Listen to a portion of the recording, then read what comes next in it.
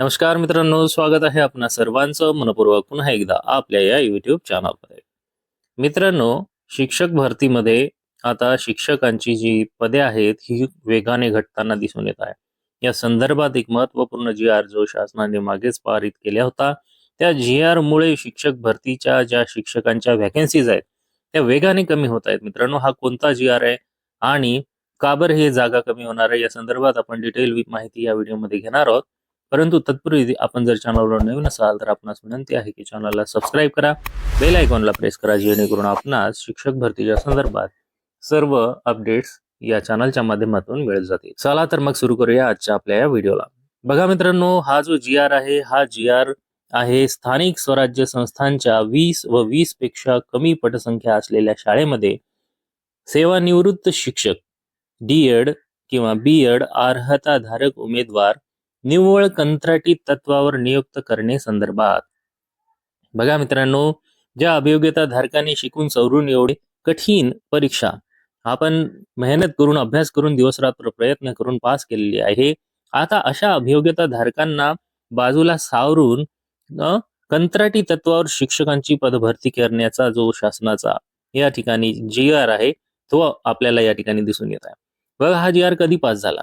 5 September 2024 ला हा जी-आर pass झालेला आहे आणि या जी-आरला न्यायालयामध्ये आवाहन देखील केले गेले होते, म्हणजे चॅलेंज देखील केलं गेलं होतं. परंतु हा निर्णय जो आहे शासनाच्या बाजूने लागल्यामुळे आता येणाऱ्या पदभरतीमध्ये ज्या ठिकाणी 20 किंवा 20 पेक्षा कमी विद्यार्थी आहेत अशा ठिकाणी मात्र आता कंत्राटी तत्वावर शिक्षकांची नेमणूक करण्यात येणार आहे. आणि ते कंत्राटी तत्वावरील शिक्षकाची नेमणूक कोणत्या बेसिसवर केली जाणार आहे, त्यांची काय पात्रता असणार आहे, त्याच्यामध्ये त्यांना काय मानधन दिले जाणार आहे, अशा अनेक गोष्टींची चर्चा आपण या व्हिडिओमध्ये करणार आहोत. काय ॲग्रीमेंट आहे ना, कशा प्रकारे त्यांना त्या ठिकाणी अपॉइंट करण्यात येणार आहे. आणि मग यामध्ये सर्वांमध्ये जे अभियोग्यता धारक आहे त्या अभियोग्यता धारकांना कायमस्वरूपी नोकरी मिळण्याचा मार्ग या जी-आर मुळे कुठे अडला आहे का? शिक्षक भरतीमध्ये ज्या जागा येणार होत्या त्या जागा आता कमी होत आहेत. तुम्ही पाहत असाल अतिरिक्त होत आहे बऱ्याच प्रमाणामध्ये शिक्षक. म्हणजे कार्यरत शिक्षकच जर अतिरिक्त झाला तर त्या ठिकाणी नवीन शिक्षक देण्याची गरजच राहणार नाही. कारण ऑलरेडी तिथली जी रिक्त जागा होती ती निर्माणच झालेली नाही. तिथला शिक्षक सरप्लस होऊन दुसरीकडे कुठेतरी गेलेला आहे. तरी हे सगळं या जी-आर मुळे झालेलं आहे आणि तो जी-आर कोणता आहे हा मी तुमच्या समोर घेऊन आलेलो आहे. बघा मित्रांनो, या ठिकाणी तुम्ही बघू शकता शासन निर्णय आहे आणि या शासन निर्णयामध्ये आपण या काय माहिती दिली ती घेऊया. स्थानिक स्वराज्य संस्थांच्या 20 व 20 पेक्षा कमी पटसंख्या असलेल्या शाळांमध्ये मंजूर करण्यात आलेल्या 2 शिक्षकांपैकी एक शिक्षक हा सेवानिवृत्त शिक्षक किंवा डी.एड, बी.एड अर्हताधारक बेरोजगार शिक्षकांची नेमणूक करण्यात यावी. याबाबतच्या सर्वसाधारण तरतुदी पुढील प्रमाणे आहेत. म्हणजे या ठिकाणी एक सेवानिवृत्त शिक्षक राहील आणि तो सेवानिवृत्त शिक्षक असेल किंवा मग तो डी.एड, बी.एड झालेला कोणताही उमेदवार असू शकतो. ज्याने टी-ई-टी ही परीक्षा पास केली नसेल तरी काही प्रॉब्लेम नाही. म्हणजे टी-ई-टी परीक्षा न देताही आता तुम्हाला शिक्षक होण्याची संधी या ठिकाणी निर्माण झालेली आहे. म्हणजे ज्या विद्यार्थ्यांचं नुकतंच डी.एड आणि बी.एड झालेलं आहे आणि ते बेरोजगार आहेत अशा उमेदवारांना देखील आता शिक्षक होण्याची संधी मिळालेली आहे. बघा, ही एक ऑपॉर्च्युनिटी निर्माण झालेली आहे. सेवानिवृत्त शिक्षक कसा? सेवानिवृत्त शिक्षकामध्ये सदर नियुक्तीसाठी कमाल वयोमर्यादा 70 वर्ष राहील. म्हणजे 70 वर्षाच्या आतमध्येच ते काम करू शकणार आहे. ज्या मान्यताप्राप्त शिक्षण संस्थेतून नियत वयोमानानुसार सेवानिवृत्त झालेला शिक्षक असावा. आता राज्यामधील जी काही शाळा असतात, संस्था असतात, त्या शासनाच्या मान्यता प्राप्त असतात ना, त्यातूनच ते रिटायर झालेला व्यक्ती जर असेल, जिल्हा परिषद शाळेचा, मनपाचा असा कोणताही शिक्षक असेल, तो रिटायर शिक्षक इथे कंत्राटी शिक्षक म्हणून काम करू शकतो. करार पद्धतीने नियुक्त करायच्या सेवानिवृत्त शिक्षकाविरुद्ध कोणत्याही प्रकारची चौकशी प्रलंबित अथवा प्रस्तावित नसावी आणि अशा चौकशी प्रकरणी कोणतीही शिक्षा झालेली नसावी. म्हणजे त्याच्यावर काही खटला वगैरे चालू नसावा, त्याला पनिशमेंट झालेली नसावी. सेवानिवृत्त शिक्षकाने त्याला ज्या गटासाठी नियुक्त करायचे आहे त्या गटासाठी त्याने सेवेच्या काळामध्ये अध्यापनाचेच काम केलेले असावे. म्हणजे तो एकंदरीत शिकवणारा शिक्षक असावा, अशा संदर्भात माहिती दिलेली आहे. सुरुवातीचा नियुक्तीचा कालावधी एका शैक्षणिक वर्षासाठी राहील. म्हणजे सुरुवातीला ही अपॉइंटमेंट एकाच वर्षाची असणार आहे. त्यानंतर गुणवत्ता व योग्यतेच्या आधारावर आवश्यकतेनुसार सदर व्यक्तीचे वाढीव कालावधीकरिता दरवर्षी नूतनीकरण करण्यात येईल. मात्र हा कालावधी जास्तीत जास्त 3 वर्ष किंवा त्या व्यक्तीच्या 70 वर्षापर्यंत यापैकी जो अगोदर येईल तो असेल. म्हणजे मित्रांनो बघा, या ठिकाणी काय सांगण्यात आलेलं आहे की कंत्राटी तत्वावर हा जो सेवानिवृत्त शिक्षक या ठिकाणी अपॉइंटमेंट केला गेला आहे. सुरुवातीला 1 वर्षासाठी त्यांची अपॉइंटमेंट असणार आहे, परंतु नंतर ती वाढवून देण्यात येऊ शकते. अशा पद्धतीचा हा करार आहे. आणि 6वा मुद्दा जो आहे तो, करार पद्धतीने नियुक्त करावयाच्या सेवानिवृत्त शिक्षक हा शारीरिक मानसिक आरोग्याच्या दृष्टीने सक्षम असला पाहिजे, म्हणजे फिजिकली त्याला काही प्रॉब्लेम नसावेत. आता जर डीएड किंवा बीएड यांच्यामधून जर कंत्राटी शिक्षक निवडला गेला तर त्यांच्यासाठी काय पात्रता किंवा निकष सांगण्यात आलेले आहेत तर बघा, बीएड किंवा डीएड अर्हताधारक बेरोजगार उमेदवार निवडत असताना सदर नियुक्तीसाठी शासन नियमानुसार किमान व कमाल वयोमर्यादा लागू राहील. म्हणजे मिनिमम एज आणि मॅक्सिमम एज ही त्यांना लागू राहील. जे इतर सरकारी पदांसाठी आवश्यक असतात ते. डीएड व बीएड अर्हताधारक बेरोजगार उमेदवारांना करार पद्धतीने कंत्राटी तत्वावर नियुक्ती देण्यात आल्यामुळे संबंधित शासनाच्या कोणत्याही संवर्गात सेवा समावेशनाचे किंवा सामावून घेण्याचे, नियमित सेवेचे इतर कोणतेही लाभ मिळण्याचा अधिकार किंवा हक्क नसेल. म्हणजे जर त्यांना कंत्राटी शिक्षक म्हणून निवडलं तर त्याला कोणत्याही सरकारी सेवेमध्ये त्याला सामावून घेण्याच्या संदर्भात असा त्याचा अधिकार किंवा दावा भविष्यामध्ये नसावा, अशा संदर्भात एक कंडिशन टाकण्यात आलेली आहे. पुढे सुरुवातीला नियुक्तीचा कालावधी एका शैक्षणिक वर्षासाठी असेल. म्हणजे कंत्राटी तत्वावर त्याची अपॉइंटमेंट ही 1 वर्षासाठीच असते सुरुवातीला. पण त्यानंतर गुणवत्ता आणि योग्यतेच्या आधारावर आवश्यकतेनुसार नियुक्तीचे वाढीव कालावधीकरिता दरवर्षी नूतनीकरण करण्यात येईल. म्हणजे आता 1 वर्ष पूर्ण झाल्यानंतर पुन्हा 1 वर्षासाठी त्याची अपॉइंटमेंट करण्यात येईल. आणि दुसरं वर्ष पूर्ण झाल्याच्या नंतर त्याचं जर शिकवणं वगैरे सगळं चांगलं असेल तर त्याला पुन्हा पुढच्या 3ऱ्या वर्षासाठी अपॉइंटमेंट करण्यात येईल. अशा प्रकारची ही प्रक्रिया आहे मित्रांनो. आता याच्यामध्ये आणखीन काय महत्वपूर्ण तरतुदी आहेत ह्या आपण या ठिकाणी जाणून घेणार आहोत.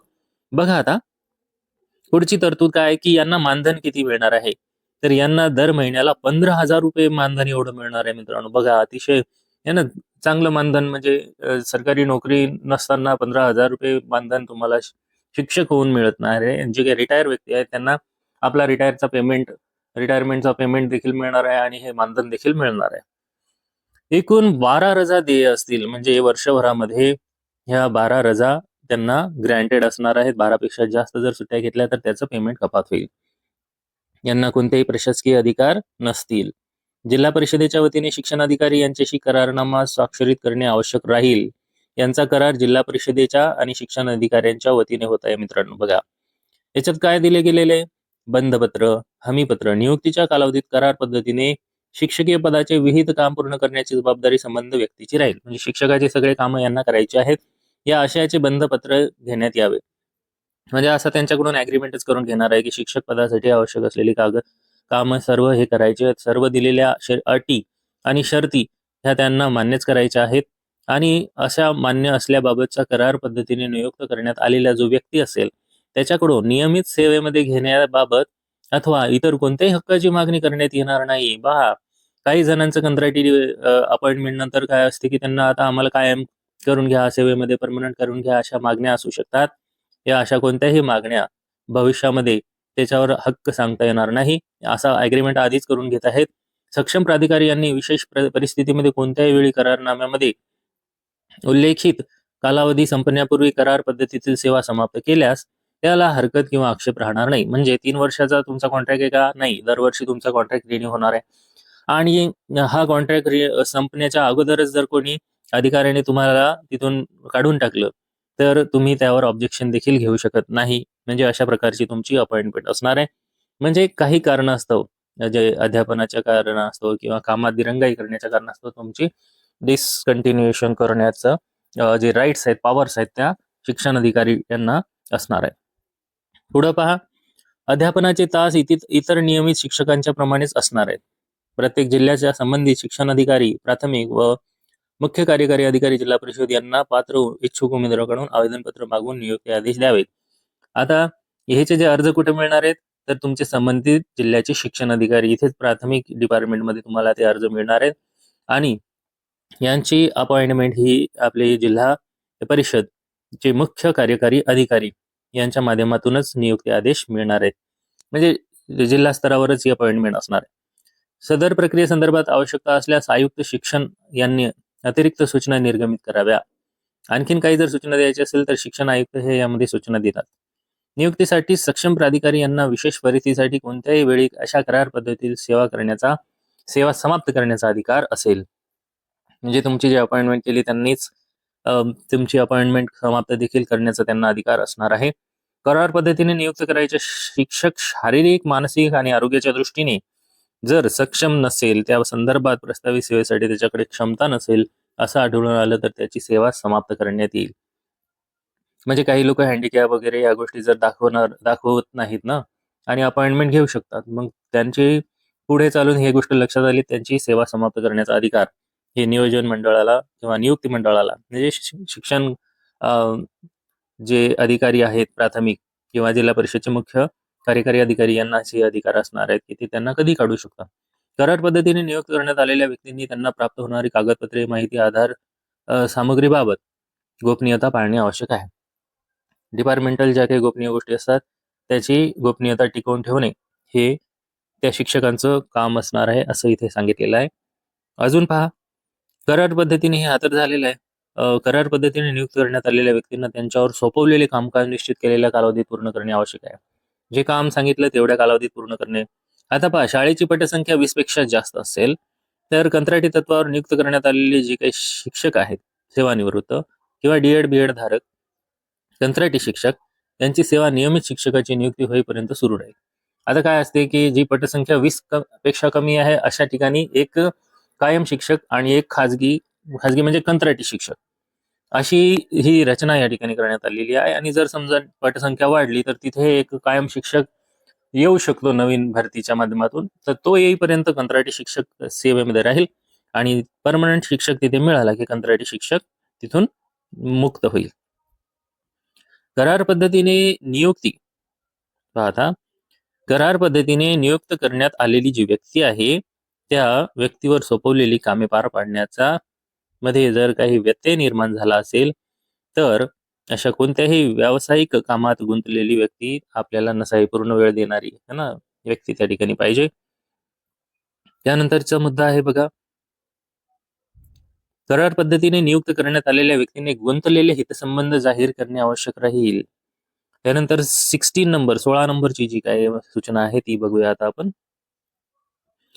ज्या 20 व 20 पेक्षा कमी पटसंख्या असलेल्या जिल्हा परिषद शाळा आहेत त्या शाळांमध्ये कार्यरत 2 नियमित शिक्षकांपैकी एका शिक्षकाची प्राथम्याने जास्त पटसंख्या असलेल्या शाळेत समुपदेशाने बदली करण्यात यावी. म्हणजे 20 पेक्षा कमी संख्या असलेल्या शाळेतला जो शिक्षक आहे तिथे दुसऱ्या ठिकाणी त्याला त्यांच्या सहमतीने त्यांची बदली करण्यात येणार असल्या संदर्भात सांगितले जात आहे. म्हणजे जिथे 20 पेक्षा कमी पटसंख्या आहेत अशा जिल्हा परिषद शाळेमधील 2 शिक्षक असतील ते जे की परमनंट आहेत, त्यापैकी एक परमनंट शिक्षक हा त्यांच्या जवळपास असलेल्या दुसऱ्या शाळेमध्ये त्यांना स्थलांतरित करण्यात येणार आहे आणि दोन्ही नियमित शिक्षकांची इच्छुकता त्या संदर्भात घेणे आवश्यक आहे. जर दोन्ही शिक्षक बदलीने जाण्यास इच्छुक असतील तर सेवा ज्येष्ठता शिक्षकास अधिक प्राधान्य द्यावे. आता दोन्ही शिक्षक असतील किंवा ते एखादं गाव दुर्गम भागात आहे, त्यांना वाटते चला बरं झालं सुटलो आपण, तर मग अशा वेळेस त्यांच्यामध्ये कॉम्पिटिशन लागू शकते, म्हणून मग सिनियरला तेथे प्राधान्य देण्यात यावं असं इथे सांगितलेलं आहे. दोन्ही शिक्षक बदलीने हे झालं. त्याच्या पुढे पहा, तसे दोन्ही नियमित शिक्षक बदलीने जाण्यास इच्छुक नसतील तर कनिष्ठ शिक्षकाची बदली करण्यात येईल. आता समजा एखाद्याला आपलं जे ठिकाण आहे तेच आवडत असेल किंवा ते त्याच्या सोयीचं असेल तर तो तिथून जायला तयार नसेल, पण मग दोघंही जायला तयार नसतील तर त्यातला जो सिनियर असेल तो तिथे राहील आणि जो ज्युनियर असेल म्हणजे उशिरा अपॉइंटमेंट झालेला कायम शिक्षक तो मात्र तिथून हलवण्यात येईल. कंत्राटी तत्वावर नियुक्त झालेल्या अशा शिक्षकांवर लगतच नियंत्रण केंद्र प्रमुखांचे असेल. लगतचे नियंत्रण केंद्र प्रमुखाचं आहे, म्हणजे केंद्र प्रमुखांचे त्यांच्यावर काय राहणार आहे, कंट्रोल राहणार आहे. आणि त्यानंतर जे काही कंट्रोल राहणार आहे ते गट शिक्षण अधिकारी व शिक्षण अधिकारी प्राथमिक यांचं त्यांच्यावर कंट्रोल असणार आहे. पुढे आता हा जो शासन निर्णयाचा पत्राचा दिनांक आहे 7/7/2023 व शासन पत्र 15/7/2024 अनुसार दिलेल्या मार्गदर्शक सूचना यापुढे 20 पेक्षा जास्त पटसंख्या असलेल्या शाळांना लागू राहतील. तसेच यानुसार देण्यात येणारे मानधन सदर शासन निर्णयाच्या दिनांकापासून 15,000 रुपये दर महिन्याला राहील. सदर बाबीवर होणारा खर्च मंजूर अनुदानातून विभागण्यात यावा. शासन निर्णयातील तरतुदी केवळ स्थानिक स्वराज्य संस्थांच्या शाळांना लागू राहणार आहे. म्हणजे तिथे कुठल्याही प्रायव्हेट स्कूल्समध्ये अशा प्रकारचा शासन निर्णय लागू होणार नाही. या संदर्भात डिटेल अशी माहिती या संकेतस्थळावर या ठिकाणी दिलेली आहे. महाराष्ट्र राज्यपाल यांच्या आदेशानुसार हा शासन निर्णय निर्गमित करण्यात येते. तुषार वसंत महाजन, उपसचिव महाराष्ट्र शासन यांनी या ठिकाणी सिग्नेचर केल्याचं दिसून येते, जे महाराष्ट्र राज्याचे उपसचिव आहेत. अशा प्रकारचा GR जो आहे मित्रांनो, हा महाराष्ट्र राज्यातील तमाम जे काही शिक्षण क्षेत्राशी संबंधित डिपार्टमेंट आहेत या ठिकाणी पाठवण्यात आलेला आहे. तर आपण या GRच्या संदर्भात संपूर्ण अशी माहिती मित्रांनो या ठिकाणी घेतलेली आहे. तुम्ही बघू शकता या ठिकाणी हा जो GR आहे, या GR मध्ये आता सांगण्यात आलेलं आहे की जे शिक्षक आहेत ते ऑलरेडी आता ऍक्सेस होणार आहेत, कारण जिथे 20 पेक्षा कमी पटसंख्या आहे, त्या 20 पेक्षा कमी पटसंख्या असलेल्या शाळांमध्ये शिक्षक अतिरिक्त होत आहेत आणि हे अतिरिक्त शिक्षक दुसऱ्या शाळांवर हलवण्यात येते. त्यांचं समायोजन करण्यात येत आहे मित्रांनो, समायोजन. आणि जोपर्यंत हे समायोजन होत नाही तोपर्यंत पुढील शिक्षक भरतीची प्रक्रिया ही पार पडणार नाही आहे. त्यानंतर जागा निर्माण होतील आणि त्या जागा पवित्र पोर्टलवर अपलोड होतील आणि पवित्र पोर्टलवर ज्या वेळेस जागा येतील मित्रांनो, त्यावेळेसच मात्र प्राधान्यक्रम देण्यासाठी ही सुविधा त्याच्यानंतर निर्माण होईल. रजिस्ट्रेशन आहे ना करायला सुरुवात करून देण्यात येईल आणि ही रजिस्ट्रेशनची प्रक्रिया सध्या तरी एकदम सुरू होईल असं या ठिकाणी दिसून येत नाही. ही एक निराशाजनक गोष्ट आहे की आता शिक्षकांची पदभरती जी आहे ही होत असताना जागा मात्र कमी येतात की काय, अशी एक शंका या ठिकाणी आपल्याला दिसून येत आहे. चला तर मग पुन्हा भेटूया नवीन माहितीसह नवीन व्हिडिओमध्ये. व्हिडिओ आवडला असेल तर लाईक नक्की करा, जास्तीत जास्त मित्रांना शेअर करा आणि चॅनलवर नवीन असाल तर चॅनल सबस्क्राईब करा, बेल आयकॉनला प्रेस करा, जेणेकरून असेच नवनवीन अपडेट्स आपल्याला मिळत जातील. पुन्हा भेटूया नवीन माहितीसह नवीन व्हिडिओमध्ये. तोपर्यंत आपल्या सर्वांना खूप खूप शुभेच्छा. जय हिंद, जय महाराष्ट्र.